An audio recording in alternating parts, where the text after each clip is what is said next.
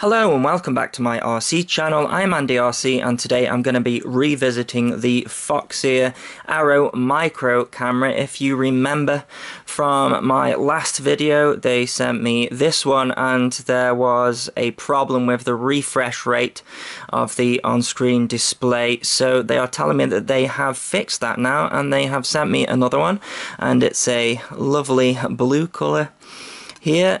So as far as I can tell, everything is the same, except they are calling it the Micro V2 now. So let's see if there's anything different in the box, but I don't think so. So we've got our controller here for the on-screen display, we've got some screws, and then we have got your harness. So that goes in the back of the camera there, and then this is where your controller plugs in for the on-screen display. And then we have got the purple wire going to your VBAT, and then we've got the usual ground, voltage and video. This one takes a huge voltage range. I think it was all the way up to 40 volts, I think. So yeah, really impressive voltage range. The same. Yeah, so as far as I can see, everything's the same as this one, except they have fixed the on-screen display. Now, one thing I didn't do in the last video is show you the menu, so I'm going to do that. But this is the controller that you get here, and it's pretty straightforward. So you plug it in, obviously, and then plug the battery into your quadcopter. So a long press of this menu button here will take you into the camera's standard menu, where you can change things like the shutter speed and the brightness and whether it goes black and white, when it goes dark, etc. And then this button here, if you long press it, when not in this menu of course, when you long press it, that will give you the on-screen display options. So you can change the model name in there. So I changed it from Foxeer to AndyRC, and you can also turn on or off different functions as well. So if you don't want the battery voltage for some reason, or if you don't want the craft name, you can turn that off in there. And then these three buttons here, when you're not in the menu, they let you arrange the on-screen display icons. So if you have, say, a PAL or NTSC camera and they're in the wrong place, you can long press this one, and I think it will then flash, and then you can use the arrows here to maneuver that. So that one is going to be your craft name, I think, and then a long press of this one will be your voltage, and then a long press of this one will let you change your timer.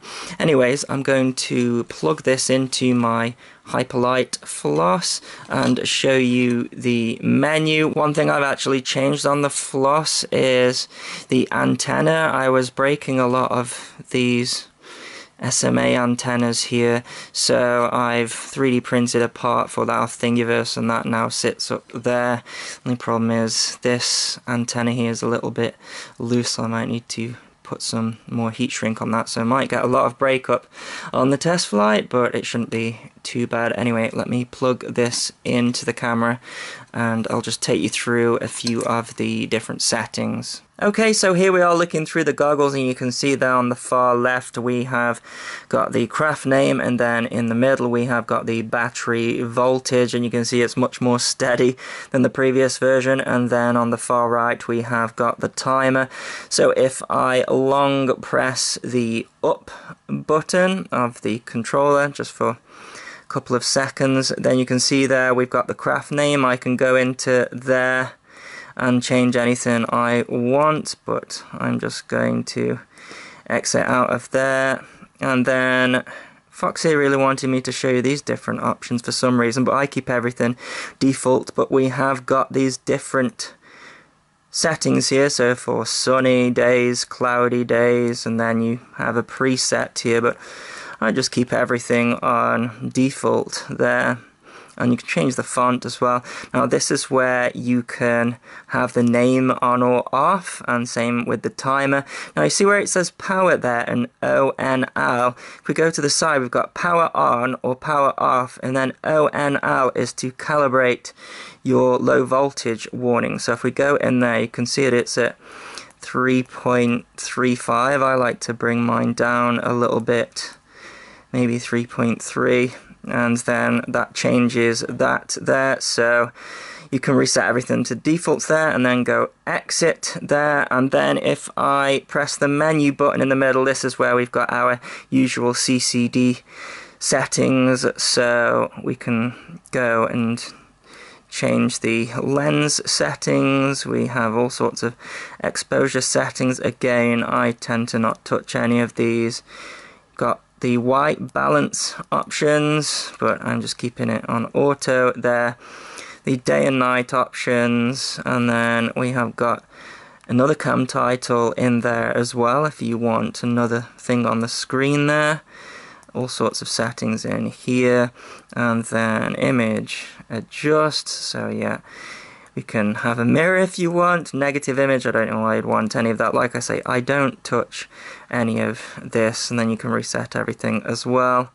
And then, like I say, if we long press the button on the left, then AndyRC should start to flash, and then you can move it up and down like that. And same with the bottom one there, we can change the height here, and then, like I say, it's a long press of the far right button, and you can move that around as well if you like.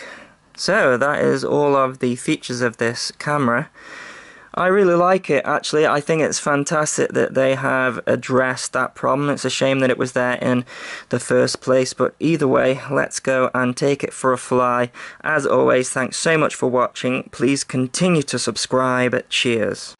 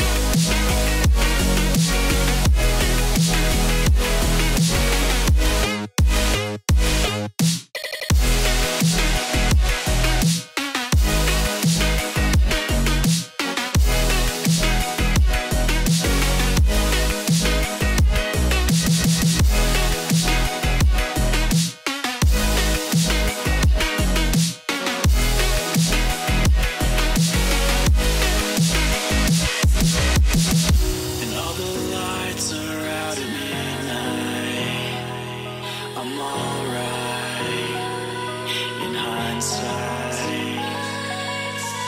'Cause all that's left here now is starlight. It's our life.